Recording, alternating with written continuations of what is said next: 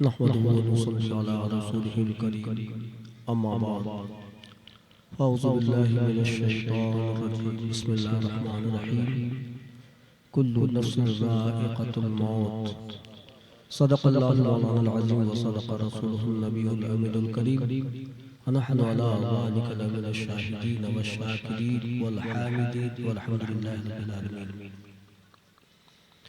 मिंबर पर जलवा फरोज़ बावक़ार उलमाए कराम, शोराए इस्लाम, क़ारी कुरान, आप तमामी हज़रात इस्लामी रिश्ते की पर्दा नसीब माँ बहनों, अस्सलामु अलैकुम व रहमतुल्लाहि व बरकातुहू। हज़रात, क़ारी साहब क़िबला कुरान की तिलावत कर रहे थे, मैं अंदर बैठा, मैंने पूछा तो बताया कि क़ारी साहब जो बलरामपुर से आए बहुत अच्छा कुरान पढ़ रहे थे माशाअल्लाह। यकीनन अगर हम अपने बच्चों को ऐसा क़ारी बनाएं तो लोग मजबूर हो जाएंगे कुरान पाक सुनने को। है क्या कि हम लोग सही मायने में कुरान पढ़ने जो क़ारी साहब पढ़ रहे थे, मैं बार बार कह रहा था कि बार बार पूछ रहा था कि माशाअल्लाह कौन कुरान पढ़ रहा है। और कुरान की कशिश ये है कि अगर गैर भी सुने ना तो वो भी मुतासिर हो जाते हैं। तो मैं को मुकर्रर तो हूँ नहीं, और आप एक बार नहीं कई बार मैं तो यहाँ पर आया हूँ। हज़रत ने खतीब कहा, सब कुछ कहा, ये इनकी मोहब्बतें, लेकिन एक निस्बत है इस घराने से सैयद इज़हार साहब क़िबला अल्लाह तबारक व तआला उन्हें जन्नतुल फ़िरदौस में अला मक़ाम अता फरमाए कि उन्होंने अपने बच्चों के हाथ मेरे हाथ में दे दिए थे। वो रिश्ता रूहानी रिश्ता है, वो अभी तक चला रहा है और अल्लाह से मजबूत रखे। उनकी बड़ी, जब मैं आता था तो उनको जब इत्तला होती थी तो रोड पे पहले बच्चों कि हज़रत आ रहे हैं, इंतज़ार करिए। तो मुझे ये लगा, हाफ़िज़ आफ्ताब साहब ने कहा कि हज़रत आपको आना है। तो बड़ा लंबा सफ़र, लगभग 300-350 किलोमीटर सफ़र करके मैंने कहा फजर से पहले उठा और मुझे जाना है और आया। तो मैंने जो कुरान मजीद की आयत करीमा पढ़ी, जिसका तर्जुमा सुनने से क़ब्ल एक बार झूम के दूध पाक पढ़, अल्लाहुम्मा सल्ली अला रसूलिल्लाह। अल्लाह तबारक व तआला अपने मुक़द्दस कलाम पाक में इरशाद फरमाता है, कुल्लु नफ्सिन ज़ाइक़तुल मौत, हर जानदार शय को मौत का मज़ा चखना है। मुझसे कब्ल इमाम साहब ने बहुत अच्छा बयान किया और मुझे लगता है ऐसी तकरीर होनी चाहिए जो आवाम को उससे कुछ मिले। वालिदैन पर बयान किया, उन्होंने मौत पर बयान किया। बैठा मैं सोच रहा था कि मैं क्या बयान करूं, तो मुझे भी कुछ बातें ज़हन में आई कि हर जानदार शय को मौत का मज़ा चखना है। दुनिया में देखिए बहुत मजहब है, बहुत से दीन है, हर धर्म हर चीज सबके मानने का तरीका अलग है। हिंदुओं को देखें, मुसलमानों को देखें, ईसाइयों को देखें, यहूदियों को देखें, लेकिन जब मौत की बारी आती है, जब मौत का ऐलान होता है तो सबका और सबकी भाषा सबकी बोली एक हो जाती है। कोई ये नहीं कहता हमें नहीं मरना, सारे लोग ये कहते हैं हाँ हाँ हमें मरना है, हमें दुनिया छोड़ के जाना है। सारे लोग एक प्लेटफार्म पे आ जाते हैं, कोई इनकार नहीं करता कि नहीं मरना है, सबको मरना है, सबको जाना है। लेकिन फिर तैयारी क्यों नहीं करते? आगाह अपनी मौत से कोई बशर नहीं, सामान 100 बरस के पल की खबर। कितने लोग बाजार में जाते इसलिए जाते हैं कि हम जा रहे हैं अपने बच्चों के लिए खाने का इंतजाम करने के लिए जा रहे हैं। कितने लोग उन दुकानों पे मौजूद होते हैं जो कपड़े खरीद रहे होते हैं, उसी दुकान पर उनका कफन बिक रहा होता है, लेकिन उन्हें एहसास नहीं होता। इसलिए मुसलमानों होश में आओ कि हमें हमारा वक्त जो गुजर रहा है, हर लम्हा हमारा मौत के करीब होता जा रहा है। हमें आपको सबको एक न एक दिन दुनिया छोड़नी है। और वो लोग खुश नसीब है जिनके वालिद यहाँ मौजूद हैं, जिनके वालिदैन जिंदा हैं। सबसे बड़ी मैं कहता हूँ सैयद इज़हार साहब को, उनको मुबारक हो कि उन्होंने अपने ऐसे बच्चे दुनिया पे छोड़े जो उनके लिए सारे सवाब कर रहे हैं। बहुत से ऐसे लोग हैं कब्रिस्तान में उनकी सारे सवाब करने वाले लोग नहीं हैं। आज 1 साल हो गया लेकिन लगा उनके बच्चे उनके लिए सारे सवाब कर रहे हैं। याद रखिए कि दुनिया में अगर वालिदैन है तो बहुत बड़ी नेमत है, सवाब का जरिया है औलाद के लिए। अल्लाह के रसूल सल्लल्लाहु अलैहि वसल्लम इरशाद फरमाते जब कोई बंदे मोमिन अपने माँ बाप को प्यार की नजर से एक बार देख ले तो अल्लाह तबारक व तआला उसे हज मकबूल का सवाब अता फरमाता है। देखिए मकबूल हज का सवाब पा गया। हम लोग हज पे जाते हैं, कबूल हुआ नहीं कोई गारंटी नहीं है। अभी मैं आया था, मैं देखा मेरे मुरीद मेरे हाथ चूम रहे हैं, सवाब तो मिल जाएगा लेकिन हज का सवाब नहीं मिल सकता। उलमा को देख ले इनके हाथों को बोसा दे दे सवाब तो मिलेगा लेकिन हज का सवाब कोई नहीं दिला सकता। लेकिन माँ बाप को आप प्यार की नजर से देखें, उनके हाथों को चूम ले, एक बार सुभान अल्लाह कह देना तो अल्लाह तबारक व तआला हज मकबूल का सवाब अता फरमाता है। कितनी बड़ी नेमत। सहाबा कराम बैठे हुए थे, या रसूलल्लाह जिसने 2 मरतबा देखा तो मेरे नबी इरशाद फरमाते हैं उसे 2 हज का सवाब अता किया जाएगा। फिर साबित या रसूलल्लाह जिसने 3 बार देखा मेरे नबी फरमाते उसे 3 हज का सवाब मिलेगा।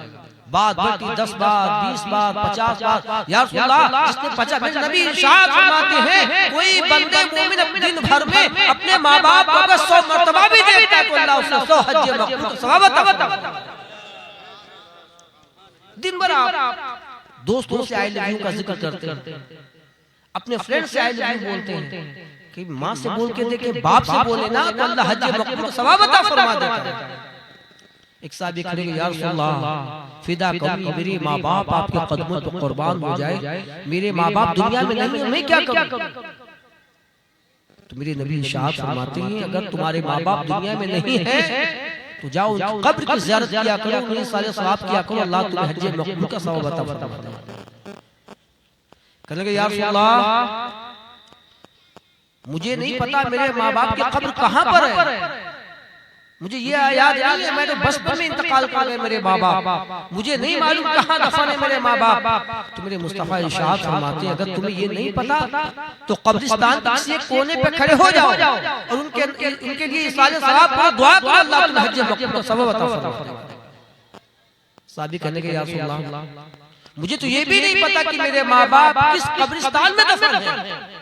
तो कुर्बान जाए मेरे मुस्तफा इरशाद फरमाते हैं अगर तुम्हें ये भी नहीं पता तो तुम अपने घर में लकीर खींचो, वही खड़े हो जाओ, तसव्वुर करो वही से माँ बाप को दुआ करो, अल्लाह तुम्हें हज मकबूल का सवाब अता फरमाएगा। ये माँ बाप की जो है अजीम दौलत है, माँ बाप अजीम जो है सवाब का जरिया है, लेकिन हम कदर नहीं जानते। यकीन जाने वल्लाह जब मुझ पे कोई परेशानी आती है तो मुझे यकीन होता है ना मेरे माँ बाप हैं, उनसे कहूंगा दुआ करेंगे तो दुआ कबूल हो जाएगी। और आज भी मैं करता हूँ, जब मुझे कोई परेशानी आती है मैं फौरन फोन लगा देता हूँ अपनी अम्मा को, अपने अब्बा को, अब्बा दुआ कर दीजिए, फिर मुझे यकीन हो जाता है कि मेरी ये परेशानी जरूर टल जाएगी। तो आप जाके ना मैं पीर साहब के पास चले जाएं, कहीं भी चले जाएं, सारे जमाना दुआ करे लेकिन बाप दुआ करे ना तो बाप की दुआ का मुकाबला कोई नहीं कर सकता। माँ दुआ करे तो उसकी दुआ को कोई मुकाबला नहीं कर सकता। मूसा अलैहिस्सलाम जैसा नबी घर से निकले ना भी तो हाथ पे गैब भी आई, गैब से आवाज आती मूसा संभल संभल के चलो कहीं तुम ठोकर न लग जाए। तो मूसा अलैहिस्सलाम अर्ज़ कर रहे यार ऐ बारी ला इतना ज़माना हुआ मुझे आते हुए तेरी बारगाह में, कोहे तूर पे आता हूँ तुझसे बात करता हूँ, हम कलाम लेता हूँ, कभी तूने ये नहीं कहा फरमा रहा। अपने फरमाया मूसा जो तुम्हारे पीछे जो हाथ थे ना आज वो हाथ नहीं है दुनिया में, वो मेरे पास है। वो तुम्हारी माँ थी, तुम घर से निकलते थे तेरी माँ की दुआ के हाथ उठते थे, वो कहती थी मौला मेरा बेटा घर से निकला उसे कांटा भी न चुभे, उसकी दुआ का कांटा भी न चुभे। आज वो नहीं है दुनिया में, अब संभल के चलने की जरूरत है मुझे। जब तक माँ बाप हयात है उनके जब हाथ उठते ना तो अर्श आज़म हिलने लगते हैं। वालिदैन की कद्र ये बहुत बड़ी नेमत है। आज जब तक वो माँ बाप दुनिया में रहते हैं हमें उनकी कद्र समझ में नहीं आती, जाने के बाद हम तब समझ में आता है कि वालिदैन क्या। और मेरे नबी इरशाद फरमाते जब दाई हलीमा तशरीफ लाई तो आप खड़े हो गए और अपनी चादर बिछाई और बिठाला, जबकि आपकी सगी माँ नहीं है, दूध पिलाने वाली माँ है, दाई है। और इरशाद फरमाते हैं लोगों अगर मेरी जो है माँ होती जिसने मुझे पैदा किया है तो मैं बताता कि माँ की इज्जत कैसे है। फरमाते कि मैं नमाज की हालत में हूं अगर मेरी माँ मुझे पुकारे, नफली नमाज के बारे में फरमाते हैं कि अगर माँ पुकार ले बाप पुकार ले तो नियत तोड़ दो, वालिदैन का हुक्म पहले सुनो। कितना बड़ा दर्जा है वालिदैन। आप नफल की नमाज की हालत में हैं और माँ या बाप दोनों पुकारे तो नियत तोड़ दो, पहले माँ बाप का हुक्म सुनो, उसके बाद नमाज को पूरा करो। ये वालिदैन के दर्जात हैं। आज हम दर्द भटकते फिरते हैं, ये फला साहब ताबीज बना दे, इससे हमारा काम हो जाए, फला साहब दुआ कर दे। यकीन जाने अल्लाह की कसम, अगर तुम वालिदैन से दुआ कराना शुरू करो, फिर ना तो तुम्हें किसी ताबीज की जरूरत पड़ेगी, ना किसी गंडे की जरूरत पड़ेगी। मूसा अलैहिस्सलाम का वाक़या मुझे याद आया। मूसा अलैहिस्सलाम को कहीं जाना था सफर पे, वो कहने के बारे आज मुझे जाना है, मेरे पास सवारी का इंतजाम नहीं है, तो इंतजाम फरमा दे। रब इरशाद मूसा, एक मेरा बंदा और आपका उम्मती एक किसान है जो अपने खेतों को अपने बैल से जोत रहा है, उसके पास चले जाओ और वो तुम्हारा इंतजाम कर देगा। मूसा अलैहिस्सलाम का अच्छा बात समझ में आ रही है आपके कि मैं मुकर्रर तो हूं नहीं, मैंने कहा मैं बहुत आसान भाषा में बात कर रहा हूं आपसे। तो मूसा अलैहिस्सलाम गए, देखा कि किसान पसीने में शराबूर है और बैलों को मार मार के खेत को जोत रहा। आपने देखा ये खुद परेशान है बेचारा, ये कहां से इंतजाम कर रहा है? ये अल्लाह का हुक्म था, सलाम हुआ, कलाम हुआ। उसने पूछा कैसे आना हुआ? ऐ मेरे नबी, ऐ मूसा अलैहिस्सलाम कैसे तशरीफ लाए?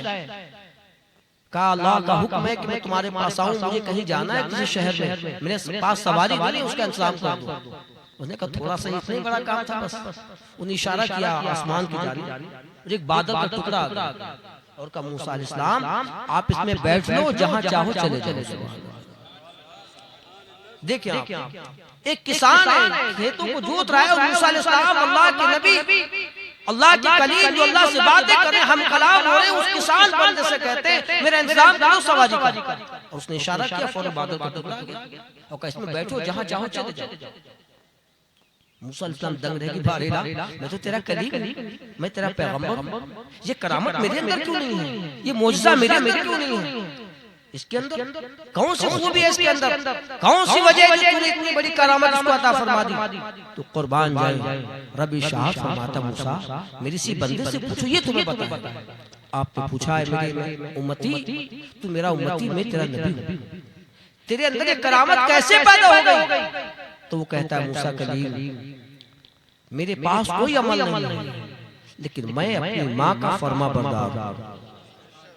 एक रोज मैं अपने बकरियों को लेकर जंगल की जानिब निकल गया, घर में खाने के लिए कोई चीज नहीं थी, मेरे बच्चे भी भूखे हैं, मेरी माँ भी भूखी है। मैंने दूध निकाला और प्याले में लिया अपने बच्चों को पिलाने का, माँ के सरहाने खड़ा हो गया कि मेरी माँ की आंख खुली, मैं उन्हें पिला। एक तिहाई रात के बाद मेरी माँ की आंख खुली, मेरी माँ ने दूध पिया उसको। उसके बाद दुआ फरमाई, मौला मेरा बेटा जो चाहे जो है, जब जो चाहे तुझे अता फरमा दिया कर। बस मेरी माँ ने दुआ की है, मैं जो चाहता हूँ रब मुझे अता फरमा। ये माँ की दुआ। जब माँ दुआ करे ना, वालिदैन दुआ करे, तो बेटा औलाद जो मांगते हैं जायज चीज अल्लाह उसे अता फरमा देता है। इसलिए भटकने की जरूरत नहीं है। जन्नत तुम्हारे घर के अंदर, जन्नत का दरवाजा तुम्हारे घर में, लेकिन आज वो जन्नत को समझ नहीं पाते, दर दर नगर नगर डगर घूमते फिर रहे हैं कि जन्नत मिल जाए। जन्नत तुम्हारे घर में। यकीन जानो मुसलमान, वालिदैन का दर्जा बहुत बड़ा है। अब देखिए तो सही, कौन ऐसे माँ बाप, कौन ऐसे वालिदैन हैं? जब तुम बाजार से आया करो, जब कुछ चीज लाया करो, अपनी माँ के हाथ में रख के तो देखो, क्या तुम्हारे बच्चों को छोड़कर खा लेगी? हो ही नहीं सकता। उसका दिल भी खुश हो जाएगा, तुम्हारे बच्चों को पहले खिलाएगी, उसके बाद खाएगी। इसलिए तुम बाजार जाया करो, जब कुछ चीज खरीद के लाया करो तो अपनी माँ के हाथ में पहले दिया करो, बाप के हाथ में दिया करो, उसका भी दिल खुश हो जाएगा मेरा बेटा मुझे समझ रहा है। तो अल्लाह की कसम उसके दिल की दुआएं निकलेंगी, जो उसकी दुआएं निकलेंगी तो फिर वो तुम्हारे लिए काम करेगी। और हाँ, मैं बात ही कर रहा था, इंतकाल सबको दुनिया छोड़ के जाना है, सबको छोड़ के जाना है। आप देखें आज कोई ऐसा ना मालदार है, ना अमीर है, ना गरीब है, ना पीर साहब, ना फकीर साहब, सबको जाना है दुनिया छोड़ के। और सफर करना है, जब हम दुनिया का सफर करते हैं तो बड़े बड़े इंतजाम करते हैं। मैंने हाफिज आफ्ताब साहब कादरी साहब का मेरे को फोन किया कि हजरत फला तारीख में आपको आना, तो मैंने उसी ड्राइवर से अपने कहा था बेटा जल्दी चलना है और वहाँ फला वक्त पहुँच जाना। तैयारी शुरू हो गई। लेकिन हमें पता है टाइम भी पता है और ये भी मालूम फला वक्त में पहुंचकर फला वक्त वापस आ जाएगा। लेकिन हाय मौत एक ऐसा सफर है जिसके बारे में किसी को पता नहीं किस वक्त सफर हो जाए, किस वक्त इस्राईल अलैहिस्सलाम तुम्हारे दरवाजे पे दस्तक दे दे, तुम्हारी रूह लेने के लिए आ जाए और जाने के बाद अब तक वापस भी नहीं आया। दुनिया का सफर हम कर रहे हैं, तैयारियां हो रही है, कपड़े भी तैयार होते हैं, रास्ते के नाश्ते का भी इंतजाम होता है, खाने का भी इंतजाम होता है और ये मालूम भी हम जा रहे हैं वापस भी आ जाए। लेकिन मौत एक ऐसा सफर है, टाइम भी नहीं पता, वक्त नहीं पता हमें, बस ये पता है जाना है, किस वक्त जाना कोई पता नहीं। लेकिन जाने के बाद वापस भी नहीं आता, उसकी तैयारी क्यों नहीं करते? देखे कितने कितने जनाजों को देखे, लोग कहते हैं हमने जनाजा को छोड़ के आया कब्रिस्तान। अरे जनाजे को तुम नहीं, तुम्हें जनाजा लेकर गया कब्रिस्तान तक, वो तुम्हें बता रहा है कि आज मेरी बारी है, कल तुम्हारी बारी। आए रोने वालों, आज तुम उस पे रोते हो, आज मुझ पे रो रहे हो ना। अगर रो मेरा वक्त हो चुका, रोना है तो अब अपने लिए रो, कल तुम्हारी बारी। आज मैं कंधों पे जा रहा हूँ, कल तुम्हें लोग कंधे पे लेके जाएंगे। आज लोग मुझे जनाजे का जो है गुस्ल दे रहे हैं, कल तुम्हें गुस्ल दिया जाएगा। आज लोग मुझे कफन पहना रहे हैं, कल तुम्हें पहनाएंगे। तारीख में आते हैं कि बहुत दुनिया से जाती है, चूड़ी तोड़ी जाती है तो औरत भी आवाज देती है, मेरी बहनों आज तुम मेरी चूड़ी तोड़ रही हो, कल तुम्हारी चूड़ी तोड़ी जाएगी। अपने बारे में फिक्र करो। ये जनाजा, ये मैयतें, ये हमें आगाह करती हैं कि आज हमारी बारी है, कल तुम्हारी बारी है। आज हमें तुम लेके जा रहे हो, कल लोग तुम्हें लेके जाएंगे। लेकिन हाय अफसोस, कोई पता नहीं। और होता भी क्या, देखें आप, जनाजों में हम लोग नहीं चूकते, वहां भी हंसी मजाक, कब्रिस्तान तो इसलिए जाया जाता था कि इबरत हासिल करें। लेकिन देखा गया ज्यादातर लोग जनाजे में नहीं चूकते, वहां भी हंसी मजाक ठट्ठा मस्खरी होती है। मुसलमान अब अच्छा जाएंगे भी तो नमाज जनाजा नहीं पढ़ेंगे, सिर्फ साथ चले गए, कहते हैं चलिए। यहाँ तक कि देखा गया है कि जो मैयत दुनिया से जाती है उसके बेटे की नमाज नहीं पढ़ते। इमाम साहब पढ़ा दीजिए आप। किसी दिल जले ने क्या खूब कहा था, पढ़ी नमाज जनाजा गैरों ने हमारी, जिसके लिए मरे थे वजू करते तो औलादे की नमाज पढ़ते। और मियां यकीन जाने अल्लाह के रसूल सल्लल्लाहु अलैहि वसल्लम इरशाद करते हैं, अबू हुरैरा से मरवी है हदीस पाक, फरमाते हैं कोई मुसलमान किसी मुसलमान की नमाज जनाजा में शरीक होता है, उसमें जो नमाज जनाजा पढ़ लेता है उसे एक क़िरात का सवाब अता किया जाता है। एक क़िरात जानते हैं कितना बड़ा है? जो लोग मदीने गए होंगे उनको पता है, जितना बड़ा उहद पहाड़ है उस उहद पहाड़ के बराबर एक क़िरात। ये अल्लाह का एहसान है कि एक बार नहीं, दो बार नहीं, 18-19 बार मदीने की तैयबा के हाजिर हुई उस नाचीज को, और अल्लाह का शरीफ के बाद फिर जाना होगा। लेकिन ये कोई कमाल नहीं है, याद रखिए कमाल नहीं है। कमाल तो ये कि अल्लाह उसे कबूल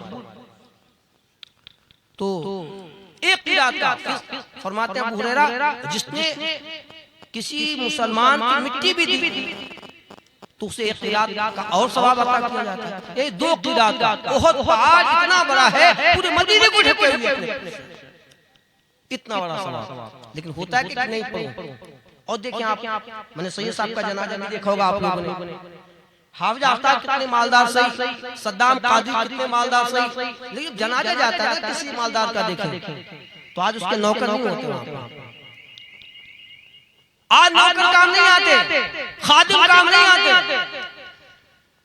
मैंने पूछा आफ्ताब साहब आपके पास तो पैसा भी थे, आपके खेत के काम, बागात के काम, आपके घर के काम नौकर करते थे, लेकिन जनाजा जा रहा है नौकरों से कौन लेके चले जाए, सैयद साहब का जनाजा लेके चले जाएंगे। का हजरत नहीं, इस्लाम की हिकमत अलग है, शरीयत का कानून अलग है। आज नौकर नहीं, आज तमाम मुसलमान कांधा बदल बदल के लेके जाएंगे। मैंने इस्लाम हिकमत से पूछा है, इस्लाम ऐ शरीयत इस्लामिया आज नौकर क्यों नहीं ले जा सकते? आज तमाम मुसलमान कांधा बदल बदल के जनाजा क्यों लेके जाएंगे?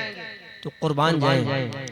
इस्लाम की हिकमत ये है, जब किसी मुसलमान का जनाजा हम लेके चलते हैं, जाने वाला अगर गुनहगार है, सियाकार है, खताकार है, कांधा लगाने वाला आलिम दीन है, कांधा लगाने वाला नमाजी है, कांधा लगाने वाला हाजी है, कांधा लगाने वाला काजी कुरान है, अल्लाह तबारक व तआला की रहमत जोश में आती है। रब इरशाद फरमाता है, ऐ आने वाले बंदे तू गुनहगार था, सियाकार था, खताकार था, लेकिन कांधा तुझे नमाजी ने लगा दिया है, कांधा तुझे हाजी ने लगा दिया है, कांधा तुझे गाजी ने लगा दिया है, कांधा तुझे काजी कुरान ने लगा दिया है, कांधा तुझे आलिम दीन ने लगा दिया, इसलिए तेरी खताओं को मैं माफ कर देता हूं।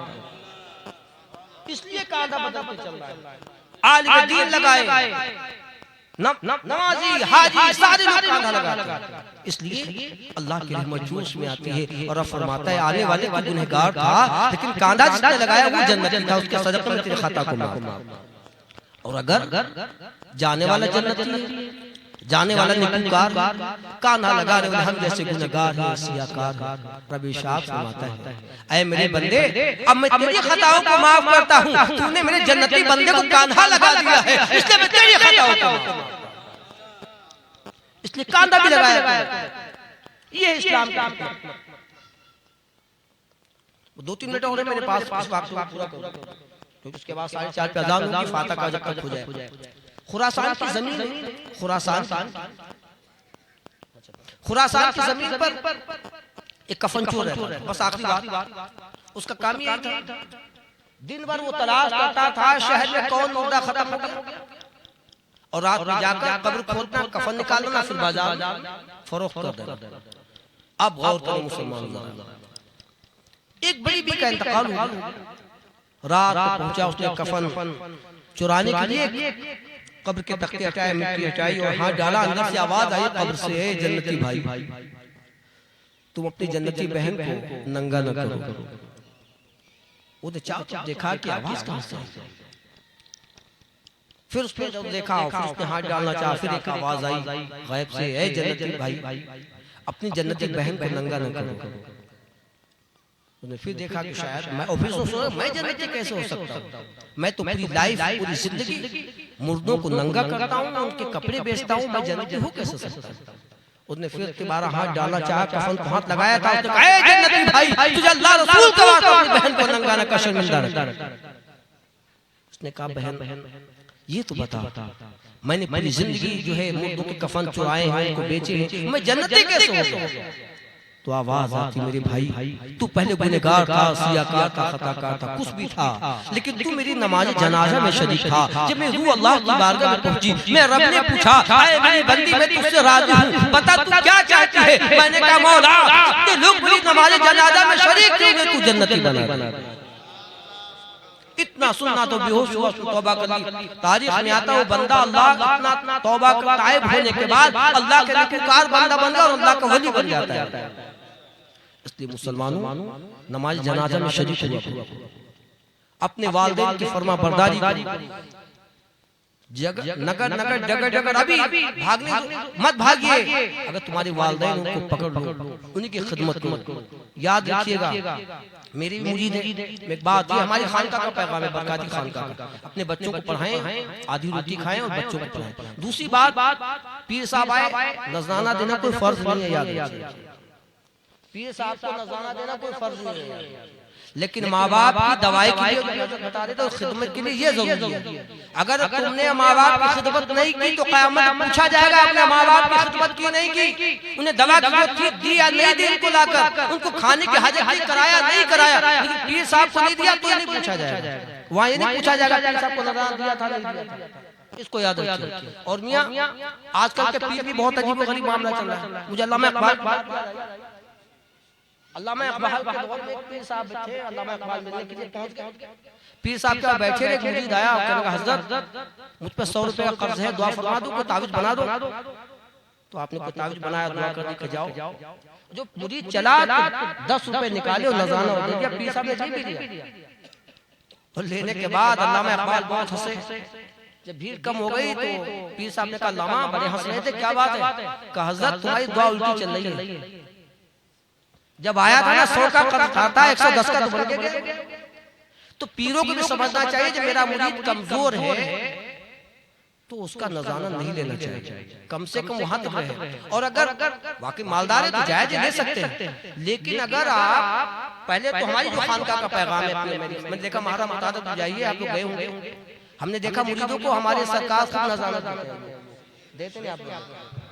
और जी हमारे यहाँ पैगाम, हमारे यहाँ अगर पता चले कि मुरीद परेशान तो पहले उसकी मदद की जाती है। अगर मदद नहीं कर सकते तो उससे लो भी मत, कम से कम उतना तो रहेगा। तो कहा अल्लामा इकबाल ने, हजरत अगर आप नहीं लेते तो सौका ही रहता, वैसे तो आप उसकी मदद कर देते, मदद नहीं कर सकते तो कम से कम सौका तो बना रहता, 110 का तो नहीं जाता। तो इसलिए अपने वालिदैन की खिदमत को, पीर साहब से मुलाकात हो जाए तो ठीक है, वरना जहाँ हो वहीं मोहब्बत करते रहो, अपनी मोहब्बत को सलामत रखो, आपका रिश्ता बरकरार है। शरीयत पे पाबंदी रखिए, नमाजों की पाबंदी रखिए, वालिदैन की फरमा बरदारी, ये सबसे बड़ी। अगर तुमने अपने माँ, मेरा ये जो मेरे मेरे यहाँ बैठे मैं उनसे कह रहा हूँ, अपने वालिदैन की फरमा बरदारी करिए, सबसे तुम्हारा पीर तुमसे राजी। अल्लाह तबारक व तआला जो कुछ मैंने बयान किया है, सबसे पहले मुझे फिर हम सबको इस पर अमल करने की तौफीक अता फरमाए। वाखिर दावाना अल्हम्दुलिल्लाह रब्बिल आलमीन, अस्तगफिरुल्लाह।